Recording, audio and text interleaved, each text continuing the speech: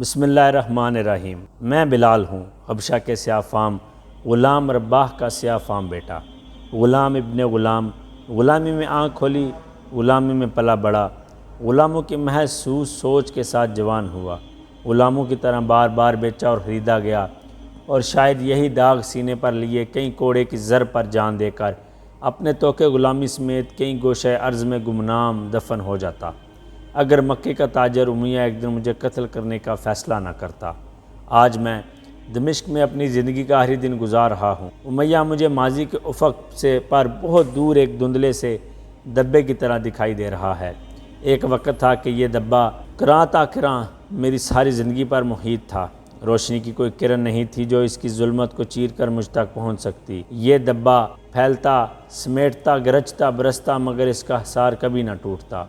پھیلتا تو دنیا اندھیر ہو جاتی، سمیٹتا تو دیو قامت چٹانوں کی طرح اپنی پوری طاقت سے مجھے کچل کر رکھ دیتا۔ گرجتا تو کالے بادلوں کی طرح اچانک یوں پھٹ پڑتا کہ جائے پناہ نہ ملتی، اور برستا تو اس کے ہر کوڑے پر کائنات دم توڑ دیتی۔ غلاموں کی زندگی میں اتار چڑھاؤ نہیں ہوتے، حادثات کی بھرمار نہیں ہوتی۔ زندگی ایک ڈگر پر چلی جاتی ہے، صبح ہوتی ہے، شام ہوتی ہے، اور وقت کا دھارا یوں ہی بہتا چلا جاتا ہے۔ لیکن غلامی کی زندگی میں اگر کوئی سانحہ آ جائے تو وہ حتمی ہوتا ہے، پھر کسی اور سانحے کی گنجائش نہیں رہتی۔ غلام گرا تو پھر اٹھتا نہیں۔ غلامی کی حیثیت ہی کیا ہے؟ محض ایک کھال جو کوڑوں کے لیے وقف رہتی ہے۔ یہ کوڑے کسی بھی وقت، کسی بھی باب پر، کسی بھی جگہ برس سکتے ہیں۔ امیہ ایک خود پسند، خود سارے انسان تھا۔ منمانیاں کرنے کا حق اس کے خیال میں اسے اپنے حسب نسب اور اپنی دولت و ثروت سے ملا تھا۔ اس لیے میرے بارے میں صرف اتنا جاننا کافی تھا کہ میں بلال ہوں، اس کا زر خرید غلام، اور بس۔ میرے لیے بھی بس اتنا ہی جاننا کافی تھا کہ وہ میرا مالک تھا، میرا آقا تھا۔ غلام کے لیے کچھ بھی جاننا لازم نہیں ہوتا، اسے کچھ بتانا سمجھانا ضروری نہیں سمجھا جاتا۔ غلام کو کوئی سوال کرنے کی اجازت بھی نہیں ہوتی، اس کا کام صرف یہ ہوتا ہے کہ وہ خود اپنے طور پر صورتحال کا جائزہ لے۔ وہ صحیح ہو تو اس کی قسمت، وہ غلط ہو تو اس کا مقدر۔ غلام کے لیے اس کے آقا جیسی کوئی آواز نہیں ہوتی، جب وہ آواز گونجتی ہے تو اسے مفر ممکن نہیں ہوتا۔ غلام کا یہ فرض ہے یا تو وہ نظروں کے سامنے ہو یا آواز پر فوراً حاضر ہو جائے۔ تیسری صورت ممکن نہیں، کیونکہ اس کا ایک ہی مطلب ہوتا ہے، اور وہ یہ غلام بھاگ گیا ہے، اور اس کی جرم ایک ہی ہے، موت۔ جو لوگ اس دنیا میں نہیں رہے ان کو برا کہنا مجھے اچھا نہیں لگتا، البتہ اتنا ضرور کہوں گا کہ امیہ نے مجھے مکہ کے بازار سے خرید کر کوئی گھاٹے کا سودا نہیں کیا تھا۔ اسے اپنی رقم کی ایک پائی وصول ہو گئی تھی، میں نے اسے کبھی نقصان نہیں پہنچایا تھا۔ امیہ کی بہت سی باتیں میرے ذہن میں محفوظ ہیں، میں انہیں بھولا نہیں ہوں لیکن بھلا دینا چاہتا ہوں۔ میں بلال، امیہ کا زر خرید غلام، آپ کو ان دنوں کی باتیں سنانا چاہتا ہوں جو شروع سے آخر تک حیرت و استعجاب کے دن تھے، اور حیرت بھی ایسی کہ آج تک اس کے نشے سے سرشار ہوں۔ 22 سال تک اس غلام نے اس فضا میں سانس لیا جس میں اللہ کے آخری نبی جناب محمد صلی اللہ علیہ وسلم کے سانسوں کی مہک تھی۔ جو انہوں نے کہا میں نے سنا، جو انہوں نے کیا میں نے دیکھا۔ کعبے کے شب و روز موسم گرما کی ایک صبح تھی۔ امیہ حسب معمول اپنے تاجر ساتھیوں کے ساتھ وقت گزارنے کے لیے گھر سے نکلا۔ تاجروں کی یہ محفل خانہ کعبہ کے سائے میں لگتی تھی۔ مجھے یہ صحبتیں بہت اچھی لگتی تھیں۔ تاجروں کے ساتھ ان کے غلام بھی ہوتے تھے جو کچھ فاصلے پر بیٹھتے تھے، اپنے اپنے آقاؤں کے اشاروں کا انتظار کرتے تھے۔ ایسے موقعوں پر غلام آپس میں ہلکی ہلکی سرگوشی بھی کر لیتے تھے، ادھر ادھر کی جھوٹی سچی خبریں مل جاتی تھیں، اور وقت اچھا گزر جاتا تھا۔ سب سے زیادہ لطف ان محفلوں کا یہ تھا کہ ہم غلام بھی سائے میں بیٹھتے تھے۔ مکے میں سایہ ایک نعمت سے کم نہیں، اور پھر ہم غلاموں کو تو یوں لگتا تھا جیسے سخت حبس میں سانس لینے کے لیے ٹھنڈی تازہ ہوا کا جھونکا میسر آ گیا۔ میں تو محض غلام تھا، اور مکے میں ذلت و رسوائی کے سوا میں نے دیکھا ہی کیا تھا۔ جب سے پیدا ہوا تھا لوگوں کے ہاتھوں صوبتیں اٹھاتا رہا، کوئی بوجھ اٹھواتا، کوئی داروں میں دوڑ لگواتا، یہ دیکھنے کے لیے اس میں کتنا دم خم ہے، مگر مجھے غلام کو بھی اپنی یہ جائے عقوبت اچھی لگنے لگی تھی۔ آج میرے سامنے دمشق کا ٹھنڈا اور میٹھا پانی رکھا ہے، لیکن کوئی میرے دل سے پوچھے اس پانی کا زمزم کے تیکھے نمکیات ملے پانی سے کوئی مقابلہ ہی نہیں۔ خانہ کعبہ کے صحن میں زمین سے ابلتا ہوا زمزم کا پانی مجھ جیسے غلام چلوں سے پیا کرتے تھے۔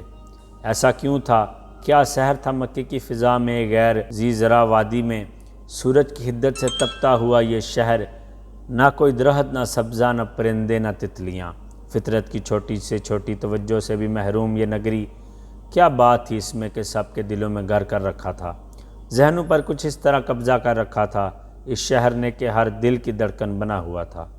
اس کا صرف ایک جواب تھا، نہایت واضح اور مختصر، خانہ کعبہ کی سیاہ مکعب نما عمارت جو ایک آسمانی نگینے کی طرح اس ریگزار کا زیور بنی ہوئی تھی، اس کے سائے میں 100 کھجوروں کے سایوں کا سرور تھا۔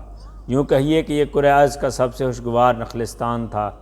جاہلیت کے دور میں بھی یہ امن کا گہوارہ تھا، کسی کو یہاں تلوار اٹھانے کی اجازت نہیں تھی، کوئی اپنے دشمن پر ہاتھ نہیں اٹھا سکتا تھا، کوئی جھگڑا، کوئی فساد، کوئی تنازع، کوئی جنگ خانہ کعبہ کی حدود میں نہیں لائی جا سکتی۔ خانہ کعبہ اللہ کا یہ گھر حضرت ابراہیم علیہ السلام نے تعمیر کیا تھا، صرف ایک اللہ وحدہ لا شریک کی عبادت کے لیے، لیکن پھر انسانی ذہنوں میں کچھ ایسا حلفشار پیدا ہوا کہ یہ عظیم عبادت گاہ لکڑی اور پتھروں سے بنائے ہوئے بتوں کا گودام بن گئی۔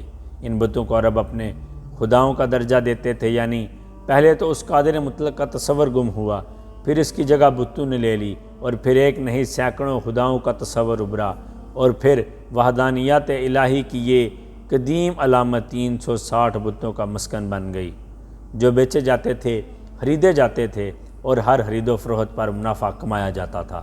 کوئی دن کے خدا تھے، کوئی رات کے، کوئی معذوروں کے خدا تھے، کوئی صحت مندوں کے، خوش نصیبی کے الگ، سفر کے الگ، اور سب کے دنیاوی خدا۔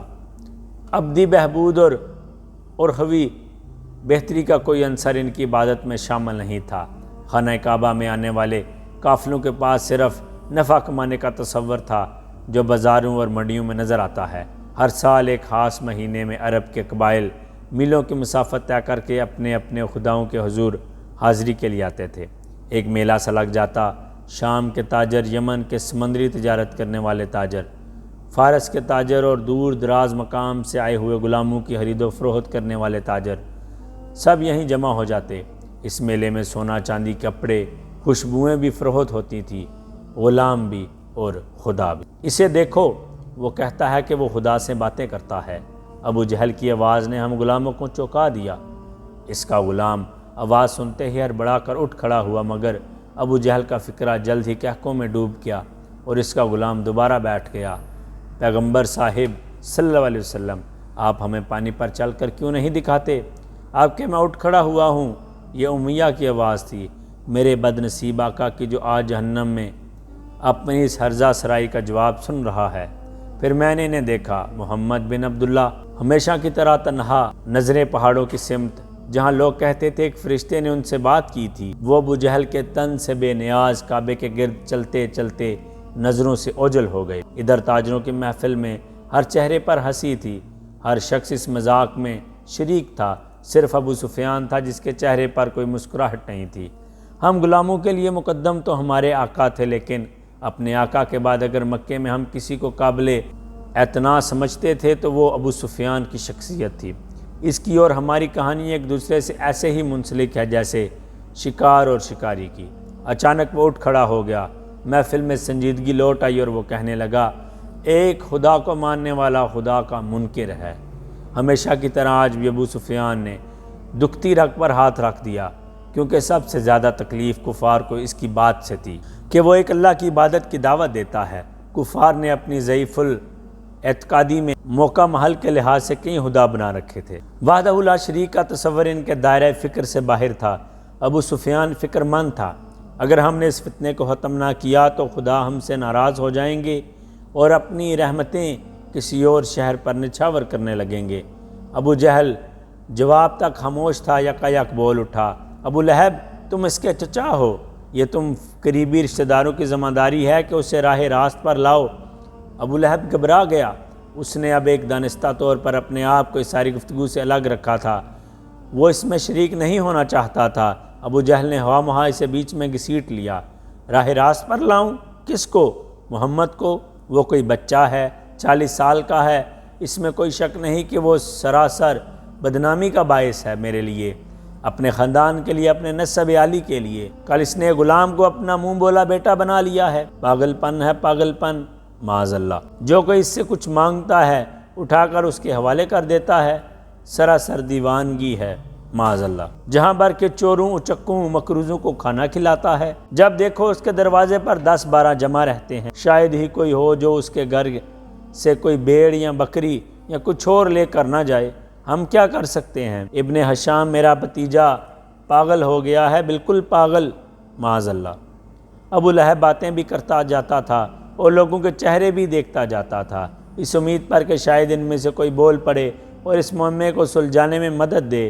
وہ خود سلجھا نہیں پا رہا تھا، اور جو شاید سلجھایا ہی نہیں جا سکتا تھا۔